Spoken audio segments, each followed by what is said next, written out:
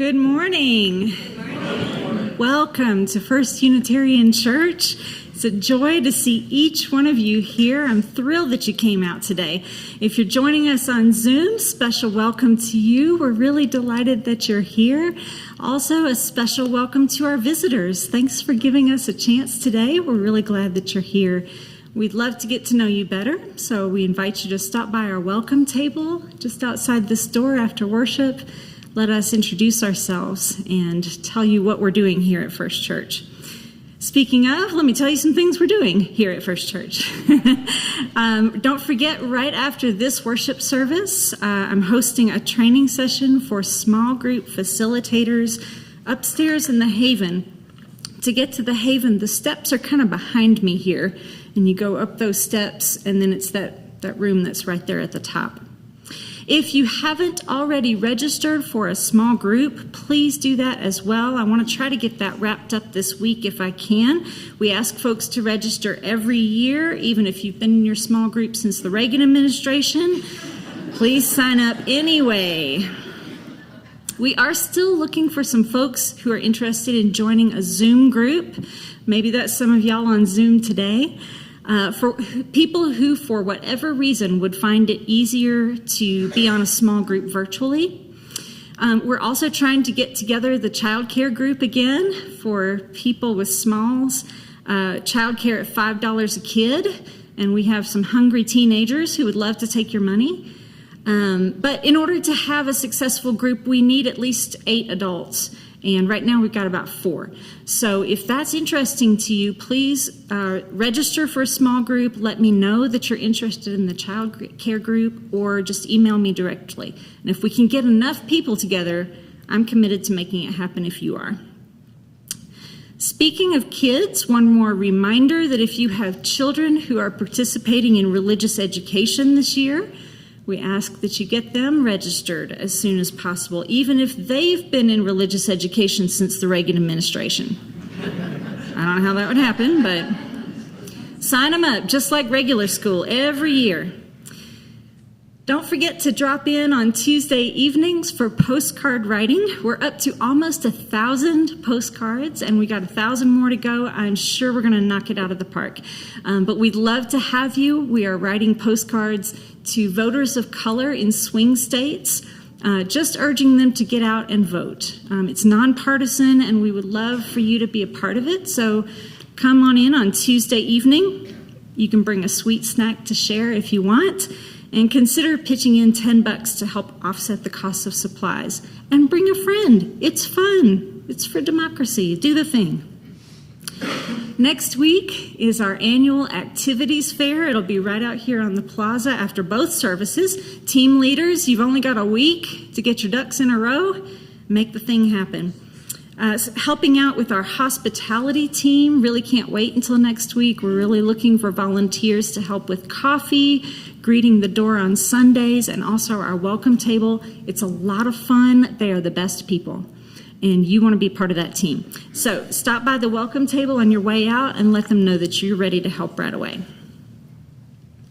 And finally, maybe you've been feeling like climate change isn't getting enough commitment this election season.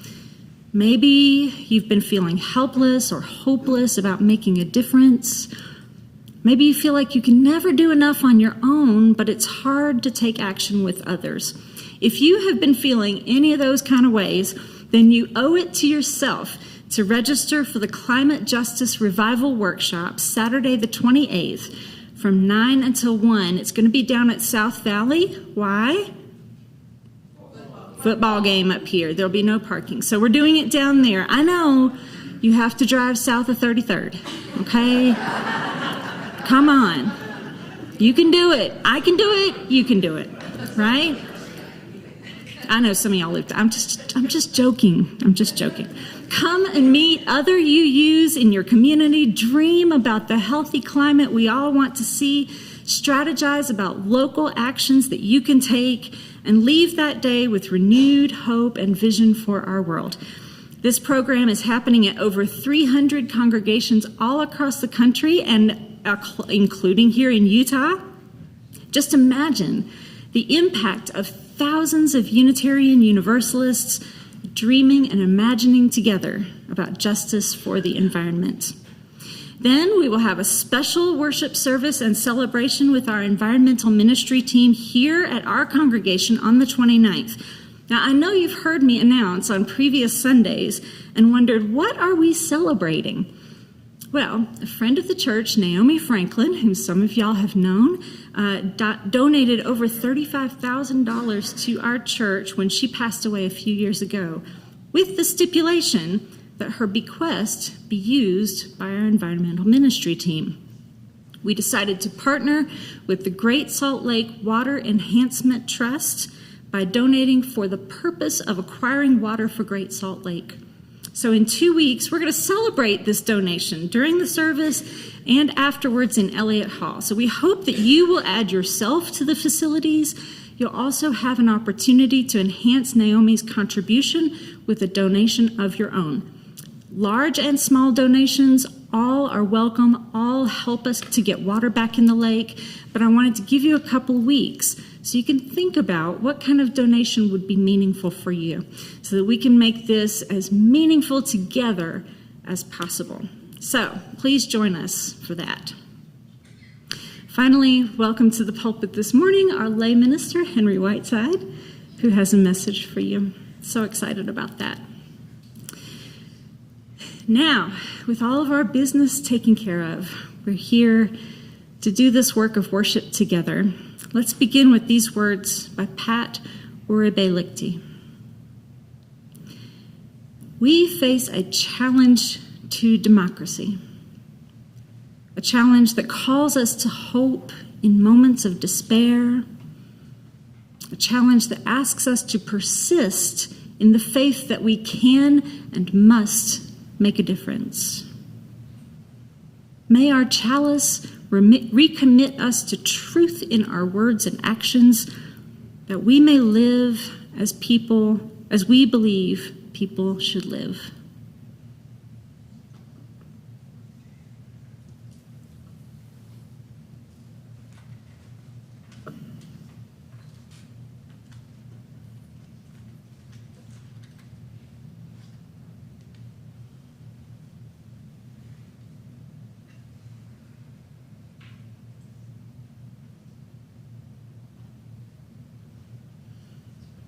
I invite you now to rise with me in body or in spirit, and let's sing together number 113.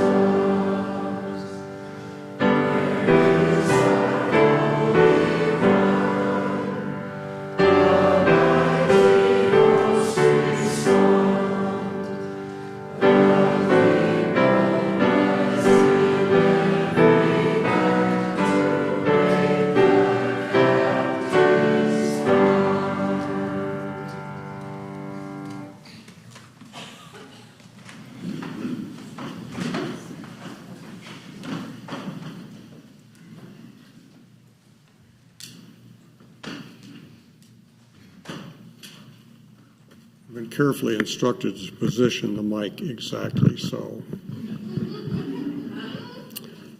Good morning, y'all. Long ago, I taught history at a little college in Denver. My favorite course was on historiography. What is history and how do you do it? The last class was about causation. What does it mean to ask why something happens? Our practice topic was the conversion experience.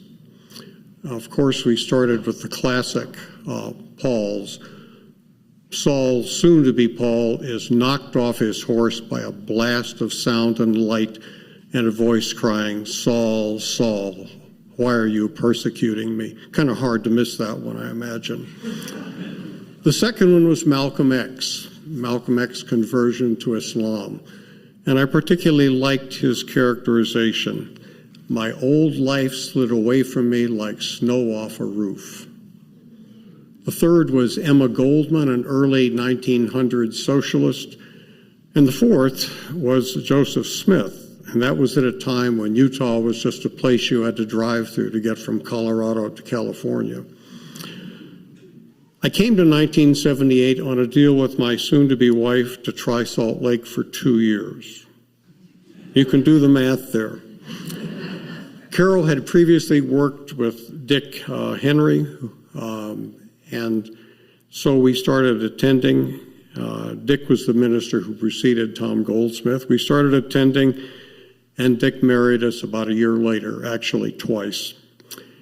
My treasured antique name tag says 1985. I assume that was the year that I signed the book. I definitely had not had a conversion experience. A conversion experience actually does seem a little too flashy and splashy for sober people like us, doesn't it? But I am sure that there's somewhere, and maybe in this congregation, a person who has had, a Unitarian who has had a conversion experience.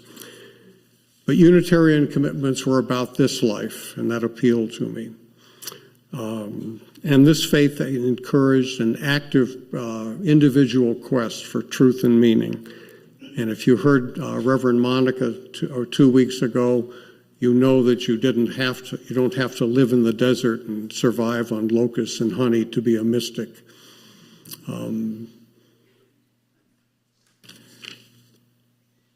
And the other thing I realized early on is that you could be happy in church. You could laugh. You could even applaud. When I think of how I became a Unitarian, I'm reminded of a good friend that I never met. But she was the lead singer in a local group that was popular, and I knew her face from the stage. And when you're in the supermarket, you tend to smile or nod at somebody whose face is familiar. After a while, you say a few words, and eventually you chat a little bit. And at some point, I realized that I knew her. That's sort of the way I became a Unitarian. You may recall that Dick Henry married us twice. The first time was in the fall of 1979, and then again about 6 months later. Carol had a housing loan that depended on being single. It was about to close, and we thought, well, no problem. We'll just hold off handing the license in. It was good for 30 days. And it came down to the wire, and then both license and loan lapsed. But Dick Henry liked lamb, so we had him over for dinner about 6 months later, and he married us again in our living room. Curiously, just in time for Carol's maid of honor, who had completely unaware of this, appeared unexpectedly, just in time for the second marriage. This time, Dick said that he would hand in the marriage license. And he quoted a pre-Civil War Unitarian minister Theodore Parker. It takes a lifetime fully to marry two hearts. Certainly, Carol and I are more married now than we were in 1979. And it's become clear to me that becoming a Unitarian is not one and done. It takes a lifetime fully to become a Unitarian. Thank you.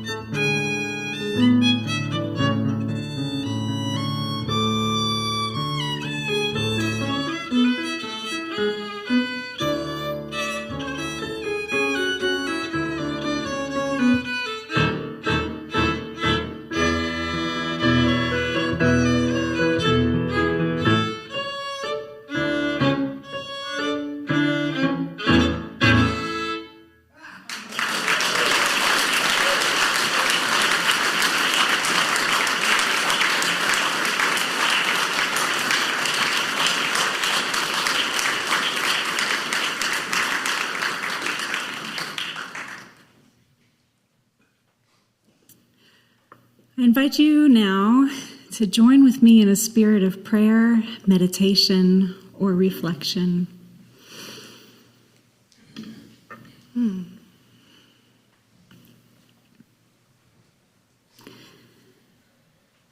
As we settle into ourselves, open up our hearts, open our minds, and open our inner knowing to hear that inner voice.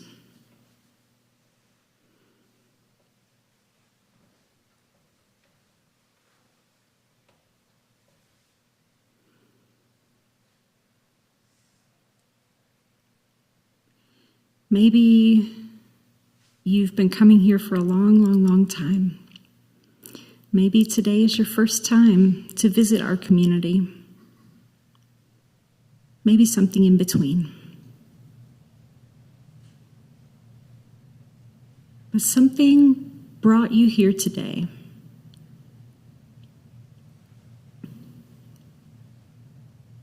Some need, some longing, some desire.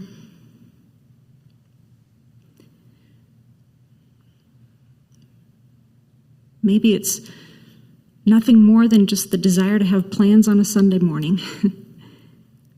But maybe it's to be part of something, to be part of a community, to see the people that you've commiserated with, people you've collaborated with,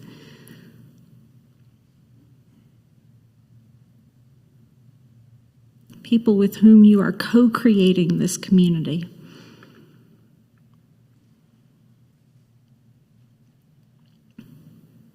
None of us can create this village by ourselves. We need each other.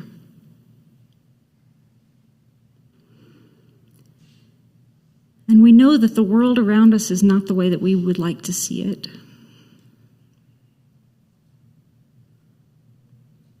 There are people who are hurting, people who are scared,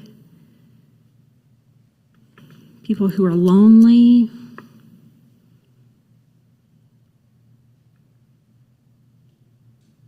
We need each other. And so I invite you to listen to that inner voice and ask yourself what you might have to offer, what you might have to contribute in this moment.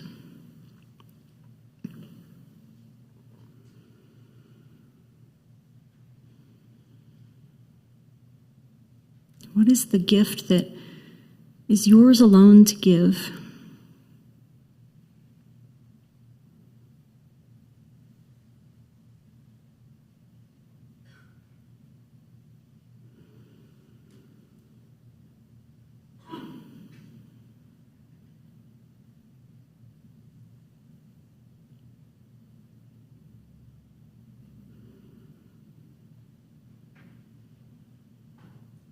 You can trust this inner wisdom.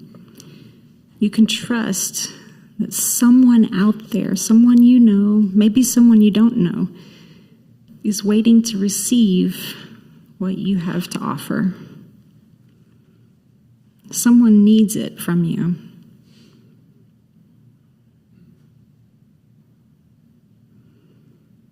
It will give you joy to give it. It will give them joy to receive it. That's your gift.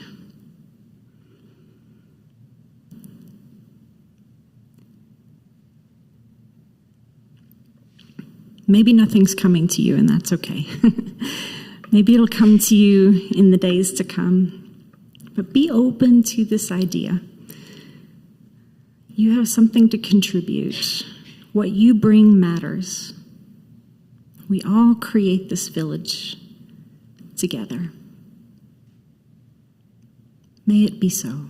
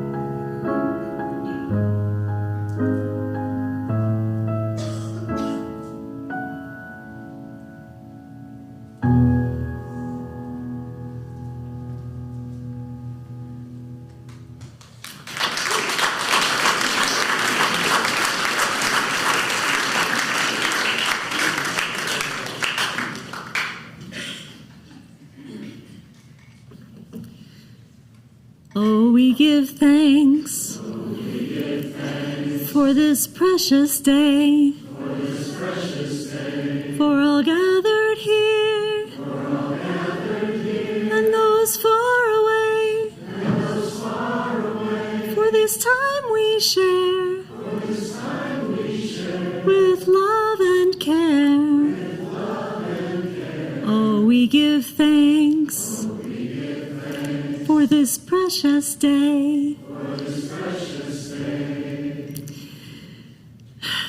Thank you for being here this morning. Thank you for supporting this church. Now is the time in our service when we practice generosity and gratitude. Gratitude for all of the people who came before us to make this community an institution in Salt Lake City, for all the people who will come after us, who need Unitarian Universalism, who need a liberal voice.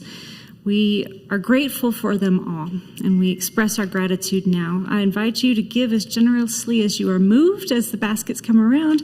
You can also give with the QR code in the seat back in front of you, and also take this moment to greet each other and say good morning.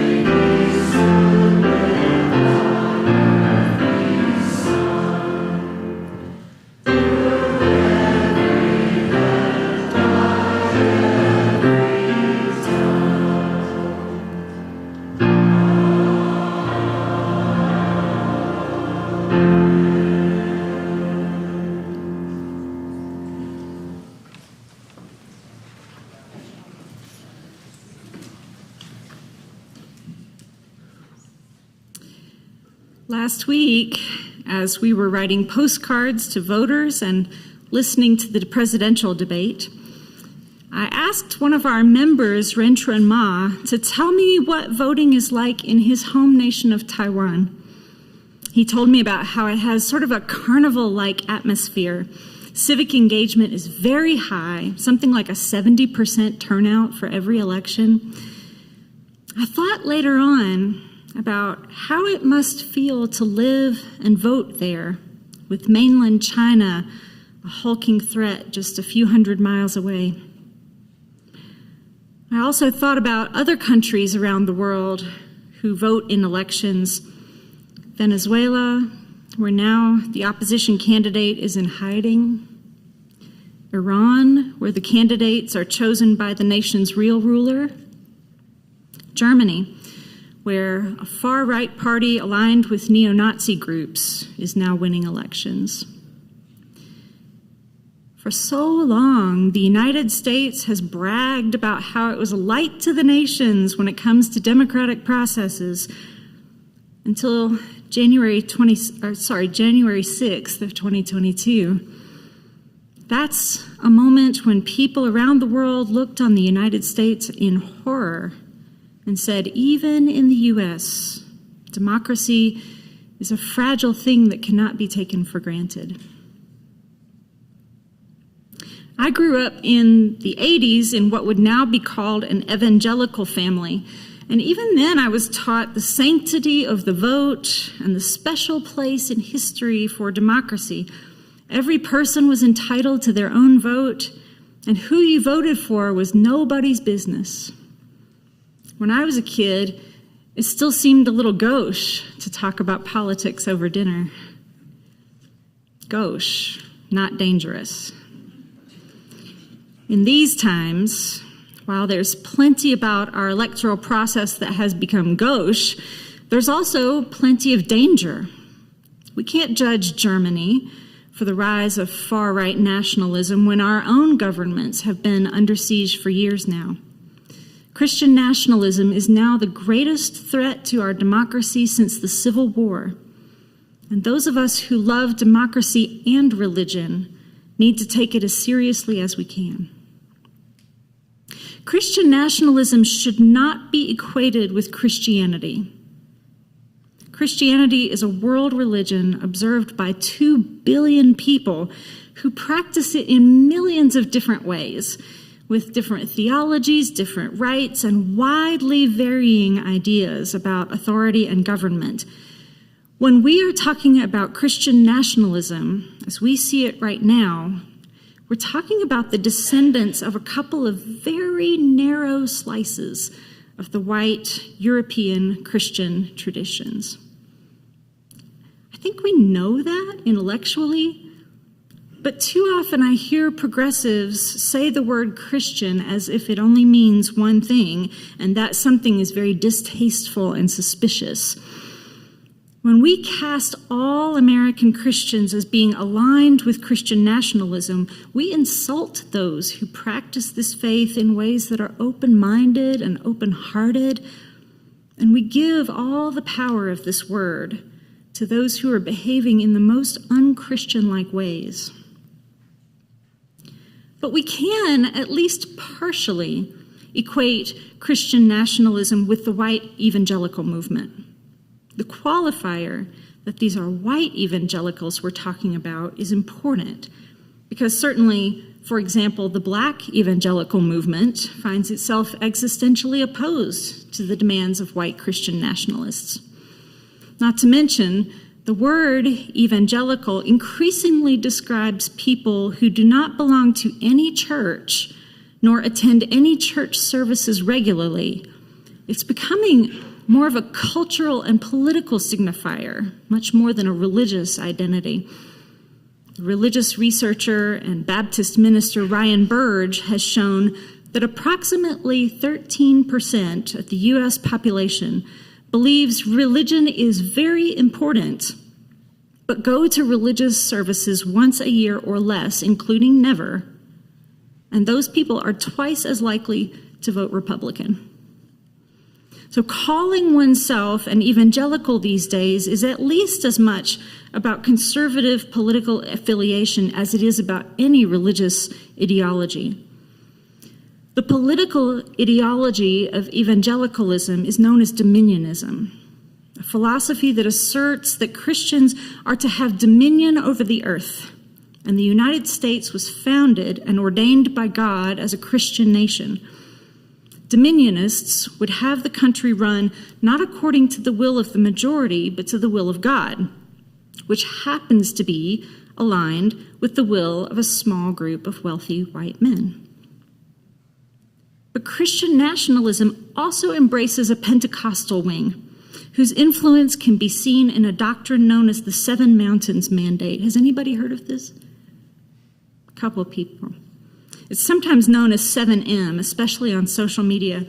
This is an idea that Christians have a divine responsibility to take up positions of authority in American culture so as to influence the seven mountains of family, religion, education, media, arts and entertainment, business, and government.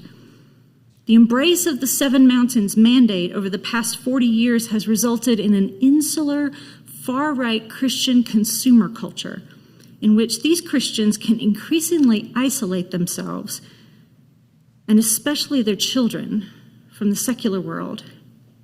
Private schooling, religiously themed movies and television from exclusive production companies, and invitation-only religious clubs for government officials are a few examples of this culture-focused doctrine.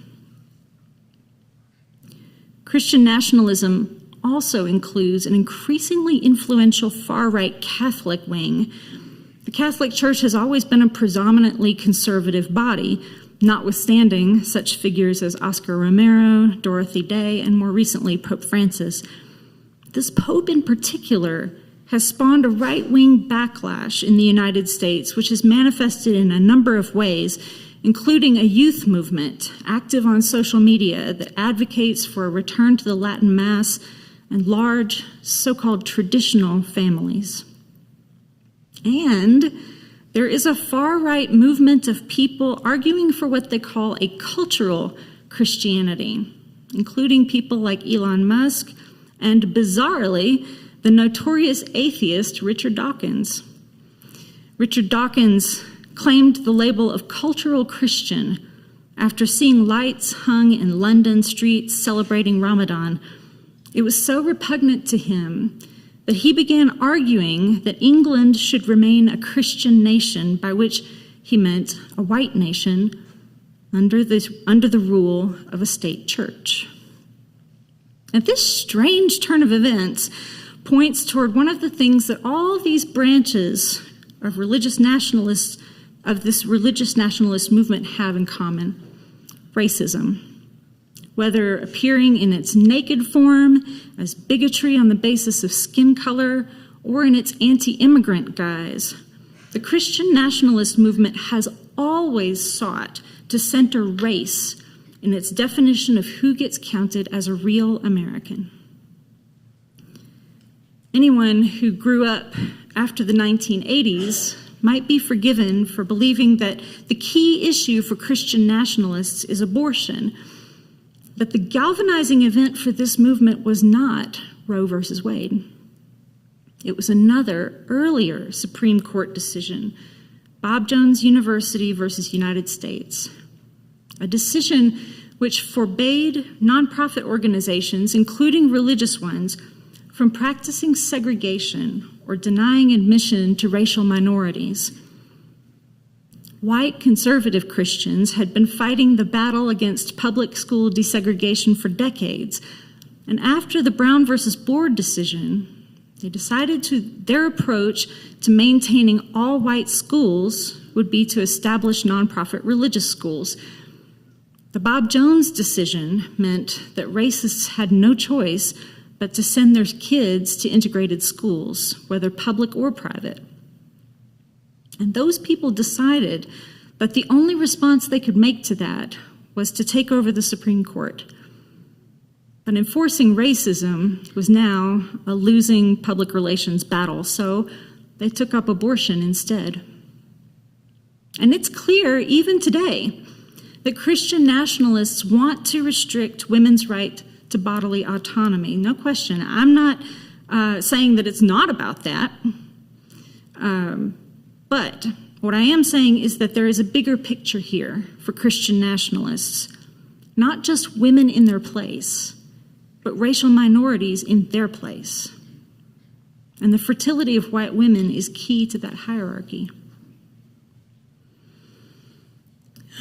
This is where I need to take a little break. How about you? For some of us, this might be sounding a little bit conspiratorial, like some kind of dystopian novel.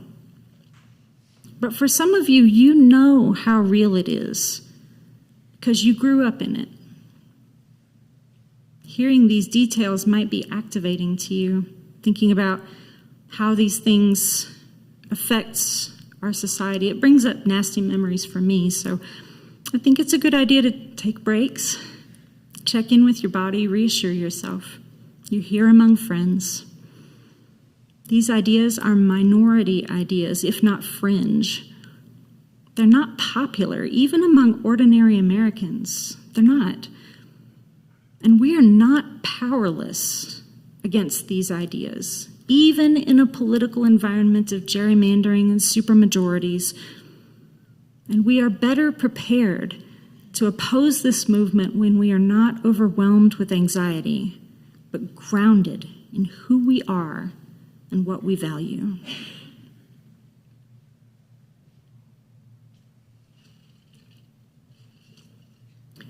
For those of us who carry the wounds of this ideology in our souls and our bodies, we don't need to be convinced why it's so harmful to individuals. We feel it every day. But it's good to be reminded of why Christian nationalism is so corrosive to our government and our way of life. Christian nationalists have developed a culture of conformity that rejects outsiders, where conservative Christians are the real Americans and others are the enemies of God. Enemies of God can be portrayed as less than human or unhuman, as the name of a new far-right conspiracy book would have it. Wherever we find this type of hierarchical exclusivism in history, dehumanization is not far behind. And where there is dehumanization, there is the justification for violence and the scaffolding for fascism. Remember, as you work to stop Christian nationalism, that the ordinary people inside the movement are often carrying wounds that they don't even know they have. Christian fundamentalism damages people. And when people are reacting from trauma, they are more susceptible to being manipulated. They are taught from childhood not to trust their own thoughts and feelings, but that doesn't mean that they're not capable of thinking and feeling. Many folks inside the movement will respond to kindness and respect at an individual level, though they may not be able to while under the influence of a crowd. So be kind, say no, and be clear, but be kind. The idea that there are insiders and outsiders has no place in either democracy or religion. If we really believe that, then we must also treat those who see us as enemies as though that were true. Being kind does not mean being nice. It does not mean avoiding conflict. It means accepting the inherent worth and dignity of every person. We can refuse to shoehorn people into boxes based on what labels they use to define themselves. Every person is so much more than what they can fit on a name tag. To accept the premise that only some belong erodes trust in public institutions, and it erodes our trust in each other as we struggle to prove ourselves worthy of inclusion and others worthy of banishment or scapegoating. We need practices, habits, disciplines that support robust norms that represent the true spirit of democracy. What sorts of practices? Well, that list could be a whole other sermon, and it almost was. You have no idea how many words I cut from this sermon. Let me try to name some of the ones that I think are the most important. First, we must reinforce a bright line of separation between church and state. The wall of separation is intended to protect both church and state from a collusion that would result in a diminished liberty. That separation depends upon the efforts of every citizen to maintain it, no matter how we might benefit from it in the short term. When faith communities align themselves behind symbols of the state, we sacrifice the power that we have in society, the moral authority to denounce the excesses of the state. And in service of that moral authority, which is uniquely ours, we must reclaim religious language. We cannot allow the religious right to be the only ones talking about values. We have to talk about our values in religious terms. And that doesn't mean that we have to adopt their manner of speaking, claiming the authority of God for what we do or for what others do. But we must talk about our convictions, our religious experiences, our faith, and how preserving democratic principles is a religious matter for us. When we talk about the sanctity of the vote or sacred acts of democracy, we are claiming the secular power of the people as a spiritual force. And be proud to be a person of faith. Talk about it. Practicing a religion is just as much your right as anyone else's. And it's a right that shouldn't be taken for granted.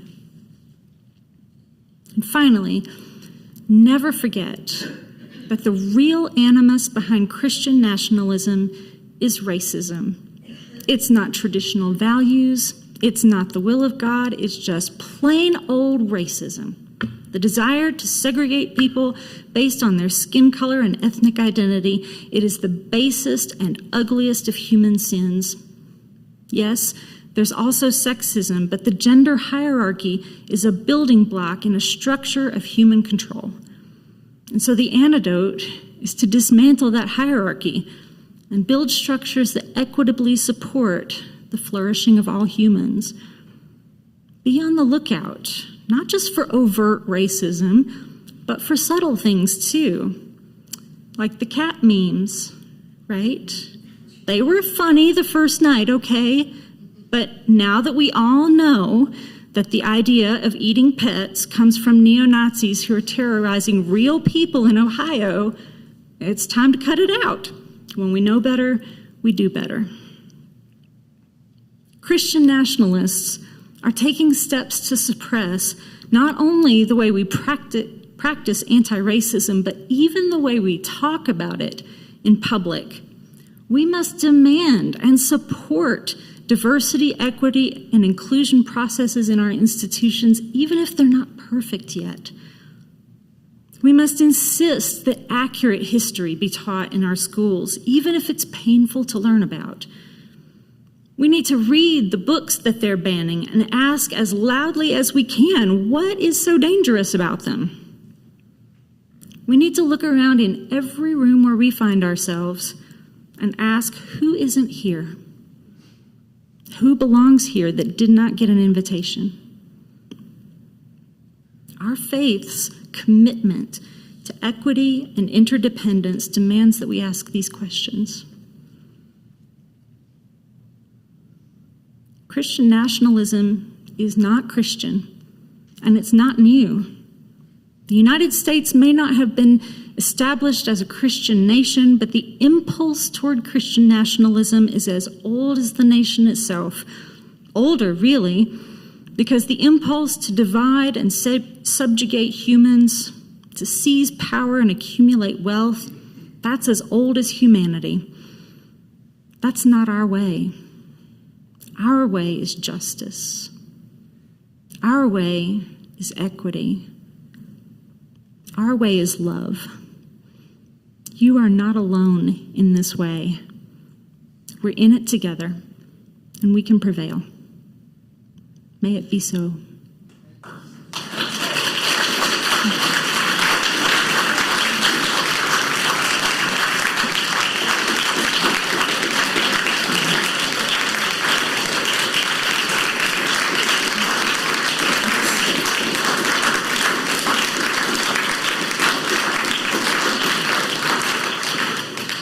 Thank you. Oh, stay on your feet. We're going to sing. 134.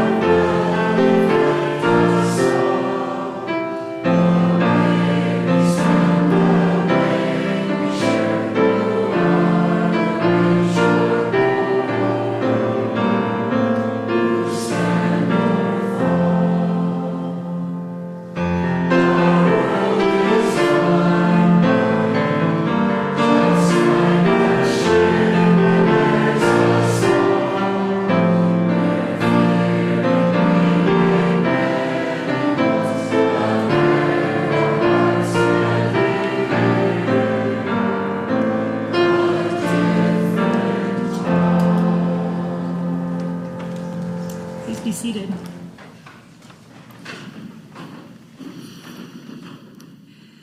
As I said, there's so much more to be said on this topic. I had a whole section here about why it is a terrible idea to tax churches. You'll just have to catch me after service for that sermon. But there's so much to learn about this, and I really do hope that you'll pay close attention.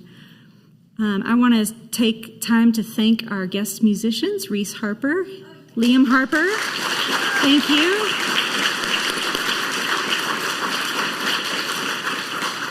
Not only where can you go and hear music like this, but where are you going to hear the Pixies on Sunday morning, right? Come on. As we close our service, let us take this flame and let it burn within us. Let us carry it forth into the next few weeks. Each of us, not just a participant of democracy, but a practitioner. Let us hold the flame as a light of liberty and let us guard it with care. Amen.